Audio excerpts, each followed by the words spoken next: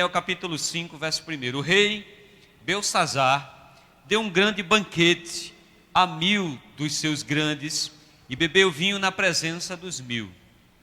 Enquanto Belsazar bebia e apreciava o vinho, mandou trazer os utensílios de ouro e de prata que Nabucodonosor, seu pai, tirara do templo que estava em Jerusalém, para que neles bebessem o rei e seus grandes, as suas mulheres e concubinas. Então trouxeram os utensílios de ouro que foram tirados do templo da casa de Deus, que estava em Jerusalém, e beberam neles os seus grandes, suas mulheres e concubinas. Beberam vinho e deram louvores aos deuses de ouro, de prata e de bronze, de ferro, de madeira e de prata. No mesmo instante apareceram uns dedos de mão de homem e escreviam defronte do candeeiro, na caiadura da parede do palácio real. E o rei via os dedos que estavam escrevendo. Então se mudou o semblante do rei e os seus pensamentos o turbaram. As juntas dos seus lombos se relaxaram e os seus joelhos batiam um no outro. Vamos para o verso de número 17. Então respondeu Daniel e disse na presença do rei: os teus presentes fiquem contigo, e te dá os teus prêmios a outrem. Todavia lerei ao rei a escritura, e lhe farei saber a interpretação. Ó rei, Deus o Altíssimo, deu a Nabucodonosor teu pai o reino e a grandeza e a majestade, e a glória e a majestade. Por causa da grandeza que ele deu, povos, nações e homens de todas as línguas tremiam e temiam diante dele. Matava a quem queria, e a quem queria deixava com vida, a quem queria exaltava, e a quem queria abatia. Quando, porém, o seu coração se elevou e o seu espírito se tornou soberbo e arrogante, foi derribado do seu trono real e passou dele a sua glória. Foi expulso dentre os filhos dos homens, e o seu coração foi feito semelhante dos animais, e a sua morada foi com os jumentos monteses.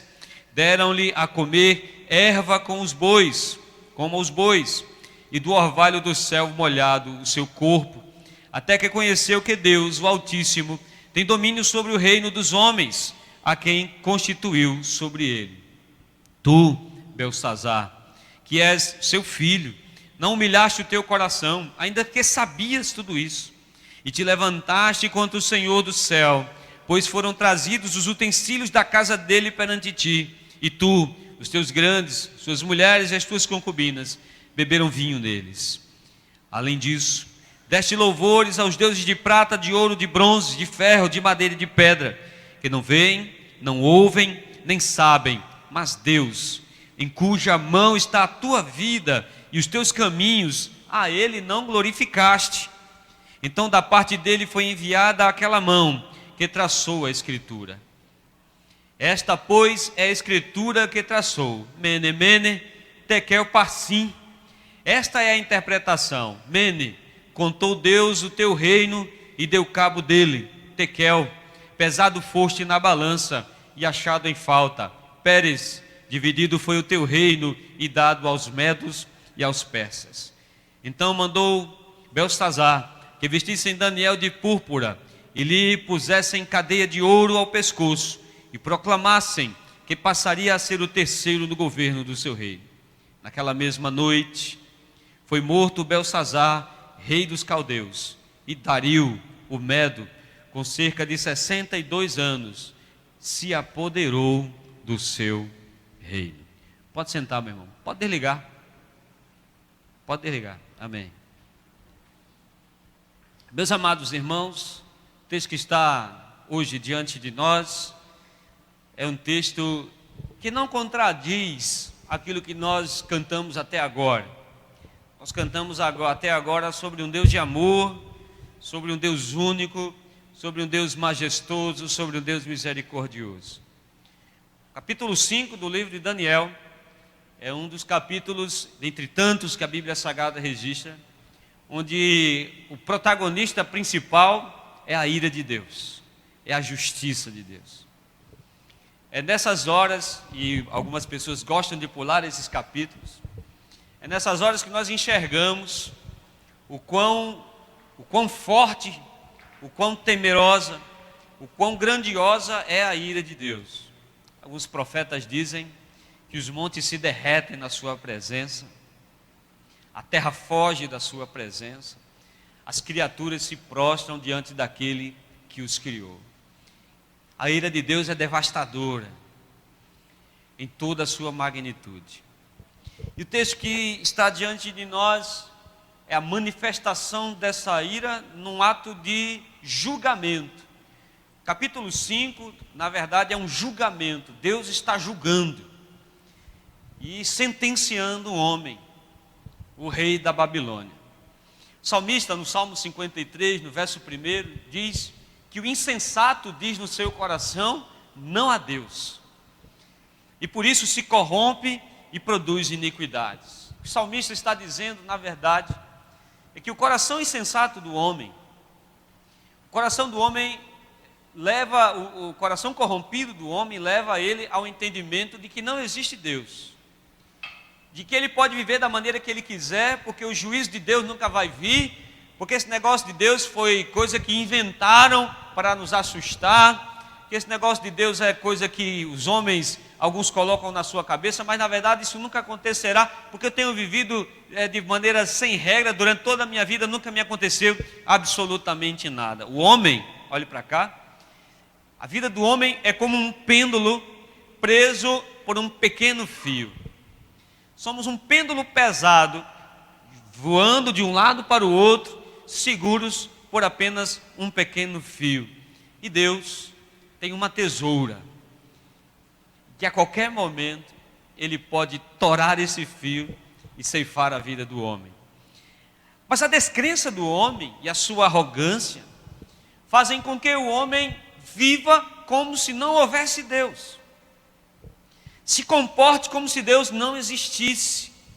Faça coisas que dão a entender claramente que Deus é apenas uma figura ilustrativa num livro antigo que é a Bíblia Sagrada. Por isso eles fazem piadas e gracejos com o nome de Deus. Por isso que é comum algumas pessoas viverem de maneira desordenada, se acostumarem à vida pecaminosa, se acostumarem a uma situação pecaminosa, não resolverem suas situações na vida, empurrarem com a barriga as situações que podem um dia condená-lo ao inferno. Me assusta como pastor, muitas vezes nós estamos na ceia do Senhor, momento sublime da igreja, o momento, sem dúvida nenhuma, dos mais importantes, porque estamos exercendo um dos sacramentos que Deus estabeleceu, e nós percebemos que algumas pessoas, reiteradas vezes, repetidas vezes, não ceiam.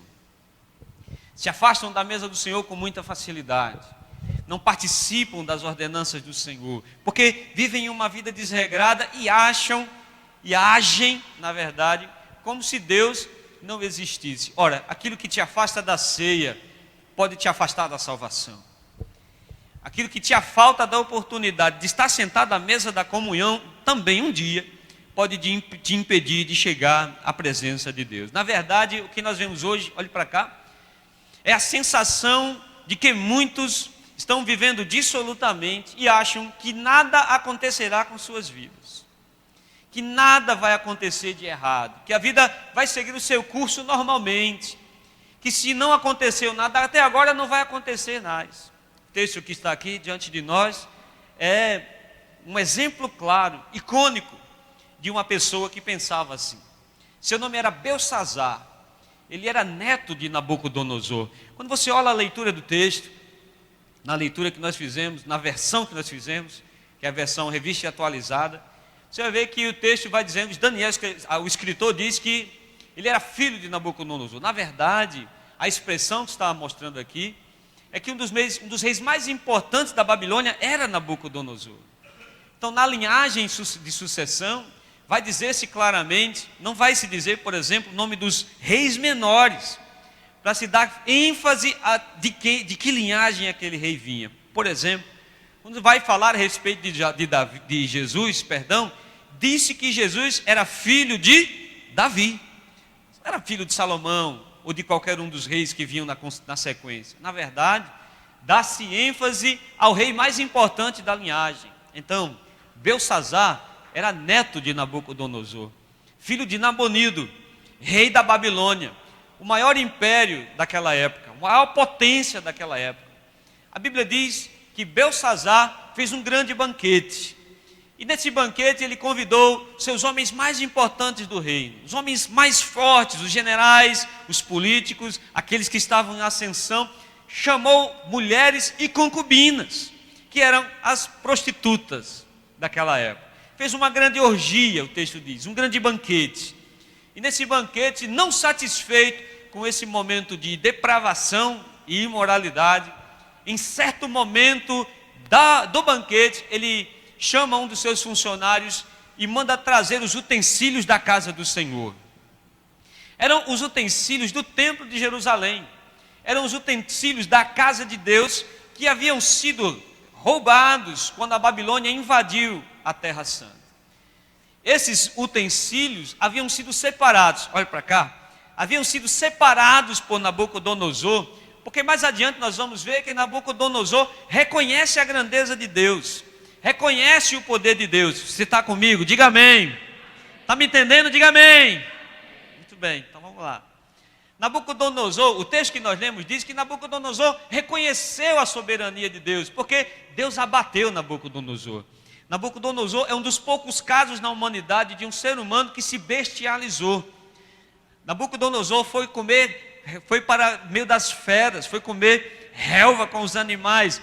Ele se transformou quase que um animal e esteve ali nesse momento quando Deus o restitui, porque ele reconhece a soberania de Deus. Então Nabucodonosor pega os utensílios da casa do Senhor e separa, deixa num lugar separado para que ninguém faça uso deles, para que ninguém os profane, porque eram utensílios da casa de Deus Todo-Poderoso, mereciam respeito, eram dignos de respeito.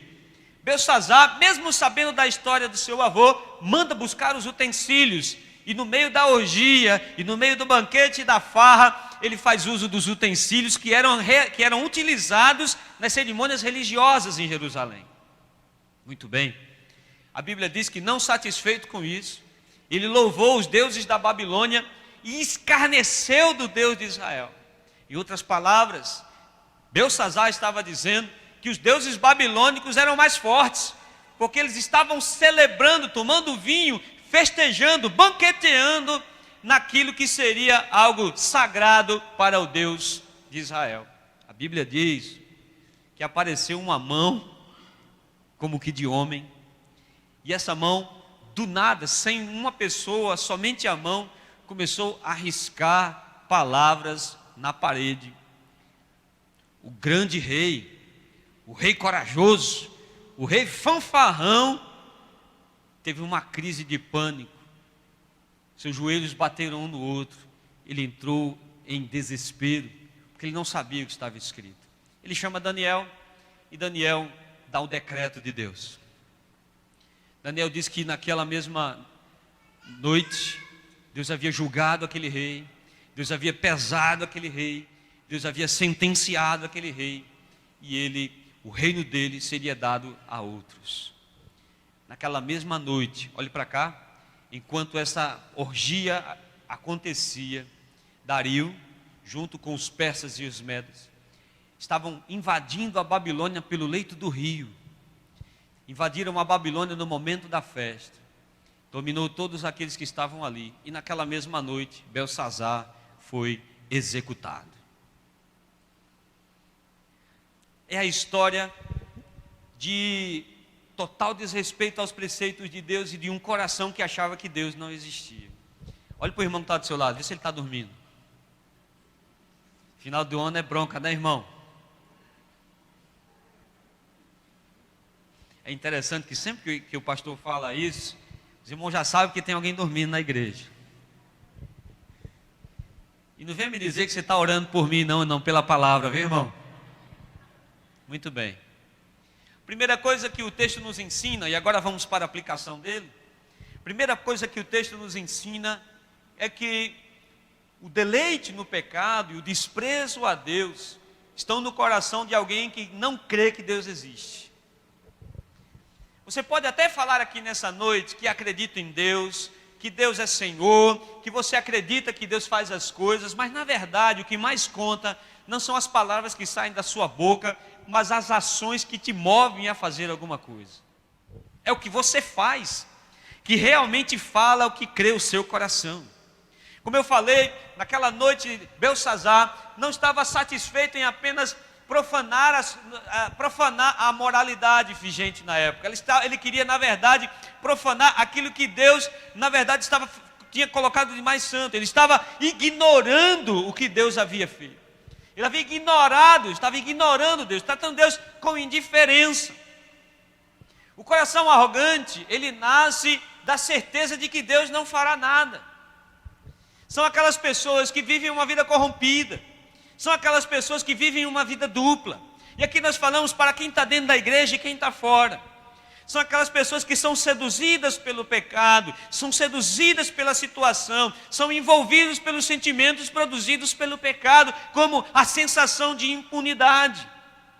Quem vive uma vida de pecado acha que nunca será pego, acha que nunca acontecerá nada demais com ele. Ele acha que vai viver a vida fazendo as coisas erradas e que Deus nunca chegará a ele. Talvez você tenha passado anos vivendo uma vida pecaminosa. Nós conhecemos irmãos que não resolvem suas situações diante de Deus porque acham que mais dia, menos dia, os problemas se resolverão sozinhos. Ou você toma o controle da sua vida, ou os problemas assumirão o controle da sua vida. Ou você resolve o que tem que resolver, ou você enfrenta o que tem que enfrentar, ou você decide mudar, decide abandonar, ou um dia esses problemas se transformarão em crises. Problemas não resolvidos se transformam em crises. E não adianta você achar que Deus não fará absolutamente nada. Não adianta você achar que a mão de Deus nunca virá sobre você, ou se um dia vier, Deus vai ser misericordioso. Existe uma coisa que em Deus é limitado, existe uma coisa que em Deus termina, é sua paciência. A paciência de Deus acaba. A Bíblia diz que Ele é longânimo, ou seja, Ele demora a se irar, mas Ele se ira. Sim, Ele se ira. O Deus de amor e de misericórdia, o Deus que é amor, o Deus que enviou seu próprio Filho para perecer, para pagar os nossos pecados na cruz do Calvário, Ele também se ira e exerce a sua justiça com grande fúria sobre aquele que não reconhece a sua grandeza. O grande rei da Babilônia está ali. Era a autoridade máxima na humanidade, não existia ninguém superior a ele, ele determinava quem vivia. Daniel diz isso. Deus lhe deu esse poder, Daniel está dizendo, de fazer viver quem você quisesse, de fazer matar quem você quisesse. Deus lhe deu esse poder, Deus lhe deu essa autoridade, foi Deus que instituiu isso na sua vida, e mesmo assim você não reconheceu a soberania de Deus. E você acha que ainda sairá impune dessa situação? Ao que muito é dado, muito lhe será cobrado. Aquele que muito recebe de Deus, aquele que muito recebe do Senhor, aquele que é agraciado, olhe para cá, você é uma pessoa agraciada. Você é uma pessoa abençoada. Sim, o fato de você estar aí hoje, sentado, saudável, olhando para mim, com suas próprias forças, já denota que você é abençoado por Deus. Porque algumas pessoas nesse dia não conseguem se levantar. Porque algumas pessoas já estão sentenciadas com laudos determinando dias, meses ou anos que ele tem de vida. E nessa noite o Senhor trouxe você aqui com suas próprias pernas. Você é um agraciado, você é um abençoado. Deus tem dado coisas a você. Ele cobrará isso de você. Ele cobrará isso de você. Ninguém sai impune. Mesmo que você ache que nada acontecerá, Beltsazar estava festejando a noite inteira. Já estava se regalando ali durante a noite inteira. E resolveu afrontar a Deus. Com Deus não se brinca, de Deus não se zomba. Existem dois caminhos na nossa vida. A nossa vida pode glorificar a Deus ou pode envergonhar e zombar dele. Eu quero dizer a você, escolha glorificá-lo com sua vida. O sentimento produzido pelo pecado é a soberba e o egoísmo. Versículo de número 23, a última parte do verso, parte E do verso, diz assim: Deus, em cuja mão está a tua vida e todos os teus caminhos, a Ele não glorificaste. Deus, em que na mão dele está todos os teus caminhos. Foi Ele que deu a você todas essas coisas. Foi Deus que concedeu a você tudo o que você tem. Foi Deus que concedeu a você tudo o que você é. Mesmo assim, você não o glorificou. O egoísmo é uma das sensações do pecado. O pecador é um egoísta por si só. O pecador, ele não pensa. O filho pecador, ele não pensa na dor que vai causar a mãe porque vai usar droga. A filha não pensa na mãe quando vai se entregar a um rapaz que mal conheceu. O marido não pensa na esposa quando abre mão de estar com sua esposa para estar com um amante ou quem quer que seja. O pai não ama o filho ou os filhos quando deixa seus filhos em casa e vai para um bar, às vezes os filhos passando problemas e privações. Não venha me dizer que isso é amor, porque não é amor, é egoísmo. Certa feita eu estava com uma família, e uma família, aconselhando essa família, a esposa dizia: o meu marido ama meus filhos. E uma cena me deixou muito chocado, porque os meninos disputavam um lanche certa noite em casa. Os meninos estavam disputando um lanche que era para um, os meninos disputavam para dois. Enquanto o sujeito, de forma soberba, estava com seu copo de cerveja num bar, pagando a cerveja para os seus companheiros que estavam ali, e ele dizia que podia fazer isso, porque era um momento de lazer e diversão dele. E ela me dizia: pastor, ele ama seus filhos. Eu disse: não, irmã, ele não ama seus filhos. Porque o pecador, ele é egoísta.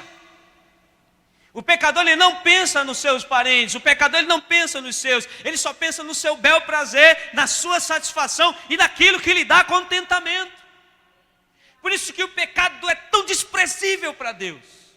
Porque Deus é, antes de tudo, altruísta. Deus sofre para salvar o pecador. Deus sofre por amor ao pecador. Deus sofre quando nós sofremos. Deus é, antes de tudo, altruísta. O amor pensa no outro. Mas o pecador é egoísta, e uma das sensações é que, se está bom para mim, o resto que se vire. Se me dá satisfação, se me dá prazer, pouco me importa o que minha mãe vai passar, pouco me importa o que minha esposa vai sofrer, pouco me importa quem quer que sofra, o que me importa é dar prazer. Isso gera soberba. O egoísmo gera soberba. O egoísta, repito, não ama.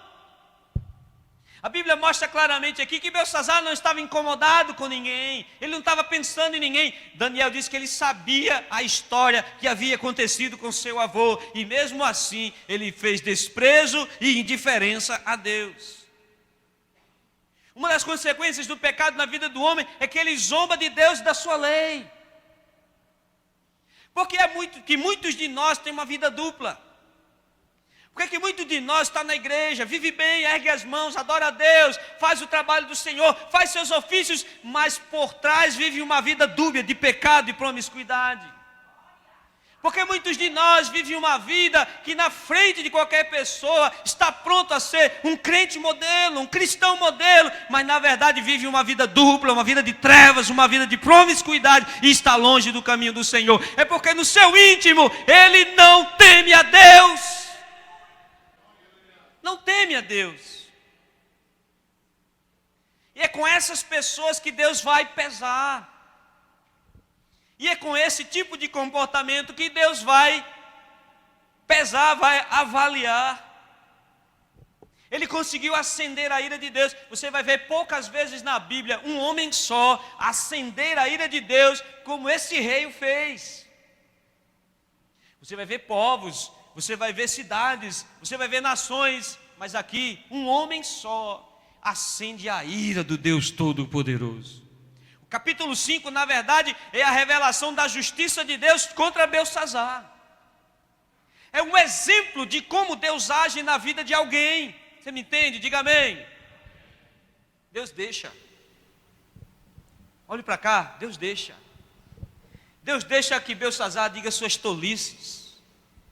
Deus deixa que Beltsazar faça suas imundícies. Deus vai deixando. Deus vai deixando. Deus vai deixando. Até uma hora em que ele puxa o anzol, aí a dor é terrível. Se está acontecendo alguma coisa, não se engane. Deus não deixa passar em branco. Aí você pode me dizer assim, não, mas Deus não faz como antigamente. O Deus de hoje é diferente. O Deus antigamente ele fulminava, ele matava, ele aparecia, ele escrevia na mão. Deus não muda. Deus é o mesmo eternamente. Nossos atos são medidos e voltarão para nós como bumerangues. Aquilo que plantamos, nós colheremos. Aquilo que fazemos ficará registrado. Cada palavra frívola, cada comportamento licencioso, cada ato libidinoso, cada ato pecaminoso, cada momento de indiferença, cada momento de displicência, tudo está registrado diante do Deus Todo-Poderoso e nós seremos pesados por isso. É necessário que isso esteja sempre na nossa mente e no nosso coração, porque a sensação de liberdade produzida pelo pecado, já falei aqui, é semelhante a uma sensação de quem pula de paraquedas. Aquele vento no rosto, aquela sensação de liberdade, aquele momento de adrenalina, aquela satisfação, mas se você não parar, você vai se esborrachar no chão. O temor é o paraquedas que não faz você se esborrachar no chão. O temor do Senhor é o princípio de toda a sabedoria. Você me entende? Diga amém. É nesse momento de libertinagem. É nesse momento em que ele acha que pode fazer tudo. É nesse momento em que você acha que está agora, que ninguém te para, que você tem peito de aço, que vai quebrar tudo, que vai avançar, que vai conseguir. É nesse momento que a Bíblia diz que Deus confronta Beltsazar. Versículo de número 5, o texto que nós lemos, diz: no mesmo instante apareceram os dedos na mão de homem, e escreviam de fronte do candeeiro na caiadura da parede do palácio real. E o rei via os dedos que estavam escrevendo. Olha a atitude do rei soberano da Babilônia. Mudou o semblante do rei, seus pensamentos se turbaram, as juntas dos seus lombos e se relaxaram, e os seus joelhos bateram um no outro. Quando você cruza com alguém, e se esse alguém está desesperado ou está angustiado, a angústia está no rosto dele.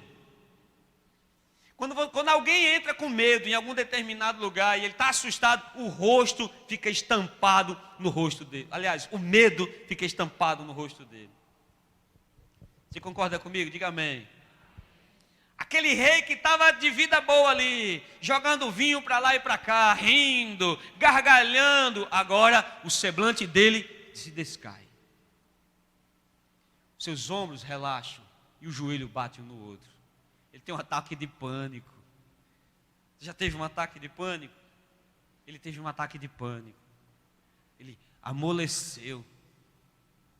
Isso acontece na maioria das vezes quando nós nos confrontamos com uma ação sobrenatural de Deus. Isso acontece quando Deus nos para. Isso acontece quando recebemos um diagnóstico que é contrário ao que nós imaginávamos que era. Isso acontece quando nós tememos pela nossa vida. Isso acontece quando nós tememos que o nosso mundo desabe. Isso acontece quando nós vemos que aquilo que nós achamos que é, não é na verdade. É quando Deus entra na história, pega-nos pela mão e diz: pare aqui. É aqui que você tem que parar. O encontro com Deus aqui de Beltsazar, ele é devastador. Ele é revelador. Porque quando nós nos encontramos com Deus, nós somos as pessoas mais fortes do mundo. Você não adoece, você é de boa, mas basta que você fique zonzinho um dia e as coisas fujam, e você se sente aí, eu desmaio, para bater um desespero lá dentro do coração. O que é que eu tenho? E tem gente que procura doença também, né? Mas não vamos falar das pessoas que procuram doença, né? Escute, Deus rompe o natural, e quando nós nos encontramos com esse confronto com Deus, Deus revela quem nós realmente somos. Aqui, o poderoso rei da Babilônia, na verdade, é um covarde, é um medroso. A coroa caiu, a máscara caiu, ele e Deus. Eu costumo brincar com os irmãos, nós dizemos sempre, se Deus é por nós, quem será contra nós? Mas se Deus for contra nós? Quando é Deus que te senta no banco dos réus, quando é Deus que senta de frente a frente para você e diz, agora vamos te pesar, agora vamos te julgar, agora vamos ver quem é você. É nesse momento que nós entendemos que somos nada. Você está me entendendo, meu irmão? Diga amém. Eu estava num momento como esse uma vez na minha vida, perto de casar, começando a trabalhar num emprego bom, virado, quando eu recebi um diagnóstico que me deixou desesperado. E aí eu pego o telefone, ligo para minha patroa, buscando uma palavra de ânimo, e eu disse o que estava acontecendo. Ela disse, meu filho, está acontecendo isso? Aí é que o desespero foi maior. Vou morrer, não vou casar. Não deixa eu morrer sem casar não, Jesus. Amém? Depois que eu casar eu posso morrer, Jesus, mas antes não, né, irmão? O banco aqui dos noivos está recheado. Nosso mundo desaba. Aquilo que nós achávamos que era importante, deixa de ser importante. Porque quando Deus nos coloca no canto, olhe para cá, não existe valente, não existe corajoso, não existe rei, é você e Deus. É Deus e você. Aquele lugar estava cheio, mas Belsassar estava um pouco interessado com quem estava ali. O rei estava só. Olhe para cá, um dia, quando Deus te confrontar, você vai estar só. Ninguém vai estar do seu lado, ninguém vai poder fazer nada, é você e Deus. Você está me entendendo? Diga amém. E diante desse momento, não tem máscara e nem desculpa. A Bíblia diz, no versículo do número 25, vamos lá. Você está com sono? Diga amém.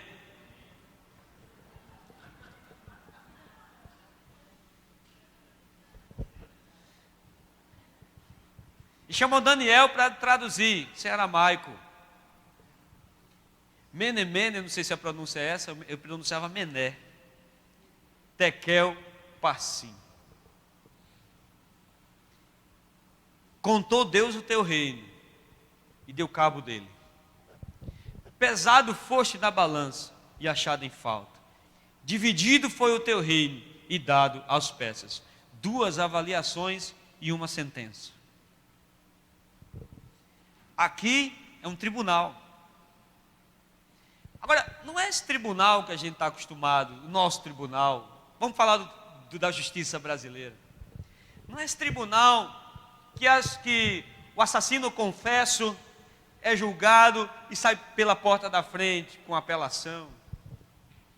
Nesse julgamento não tem debate, não tem contraditório. Se você olha para o texto, nesse julgamento, aqui apenas uma palavra, a palavra do juiz. Ele avalia Ele julga, Ele condena, Ele executa. No tribunal de Deus não tem lero-lero. No tribunal de Deus não tem desculpa. Eu fiz porque eu era isso, Senhor. Eu fiz porque eu não sabia, Senhor. Eu fiz por causa disso ou por causa disso. Antes do julgamento, olhe para cá, Daniel no capítulo 5, dá um raio-x da personalidade do rei Belsazar. Então quando ele chega diante de Deus, ele chega sem desculpa. Quando ele chega diante de Deus, ele chega para ser julgado. Aqui apenas juízo. Ou seja, você foi contado. Ou seja, os seus dias chegaram ao fim. Os seus dias foram contados e ele chegou aqui. Ele acaba aqui. Acaba hoje, acaba agora. Não é fácil ouvir isso. Eu tive a oportunidade de estar com algumas pessoas nos seus últimos momentos de vida. E uma dessas pessoas sabia, ela estava com câncer terminal e ela seria sedada porque ela não aguentaria as dores das dores que viriam. Então ela seria sedada, ela morreria. Ela sabia que ela não voltaria mais. Você sabe o que é? Já está perto, você vai se despedir e morrer. Aqui o rei diz: você foi contado, meu amigo, seus dias chegaram ao fim, seu reino chegou ao fim, acabou. Deus diz: é fim de linha. Deus diz: acabou. Para quem ele vai apelar? A quem ele vai pedir? A Nossa Senhora, a Santo Expedito, a ninguém, porque a última palavra do universo é Deus quem dá. Nós estamos acostumados a glorificar, a ouvir isso. Nós ficamos felizes. A última palavra de Deus, a última palavra de Deus. O juízo final é de Deus. E não tem apelação. Não tem como se corrigir depois do juízo. O rei não pode se corrigir. Não tem tempo.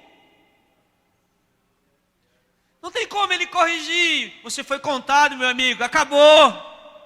Para você, acabou. As suas chances acabaram. Você sabia, você viu o exemplo dos outros, você sabia que não deveria, mas mesmo assim você fez. Você viu o que Deus fez por você. Você tem coisas que ninguém teria, mas mesmo assim você não quis. Para você, acabou. Acabou. E ele continua: você foi pesado e foi achado em falta. Ou seja, você não é isso que você está dizendo e está mostrando que é. Você já foi enganado com o peso de alguma coisa? Às vezes nós vamos pegar um peso, nós vamos ali, a aparência de algo muito pesado. Quando você vai levantar, levanta com tudo porque você acha que era pesado e não era. Ele está dizendo aqui: você foi pesado e você não era aquilo que você estava mostrando. Ouro falso, palha, sem força, sem peso. Você foi pesado e você não é tudo aquilo que você está falando.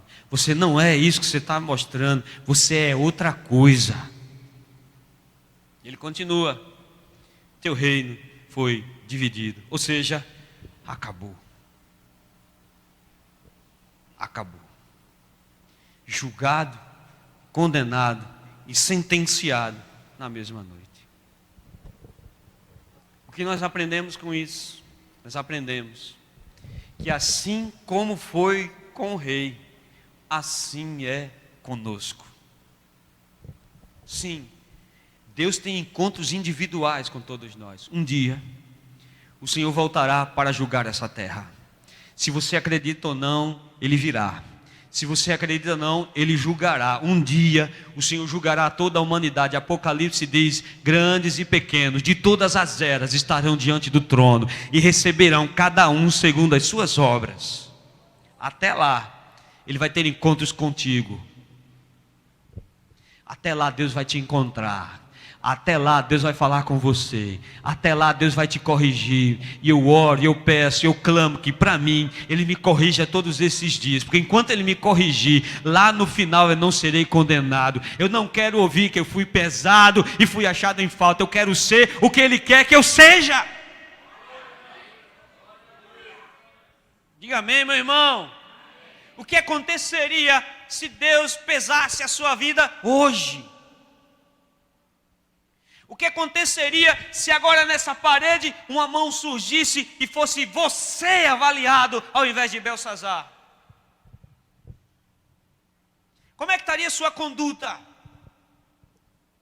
Será que ao contar os seus dias, ao contar o seu tempo, você estaria com o peso real daquilo que você acha que você é? Será que nós estaríamos diante de Deus e passaríamos no teste do Senhor e passaríamos no critério de Deus? Será?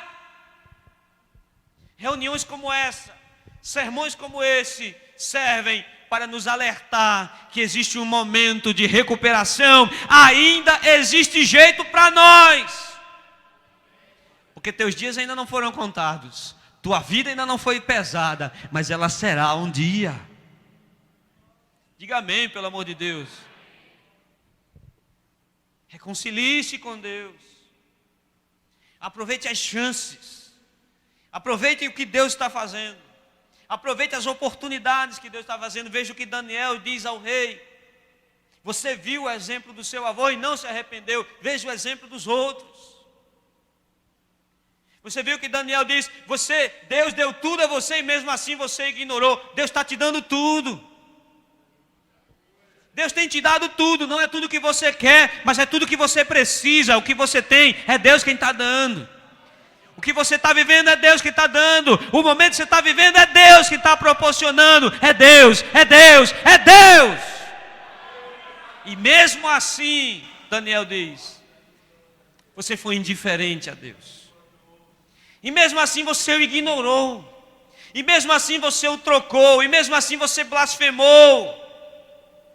Seus dias foram contados, seu peso foi achado em falta.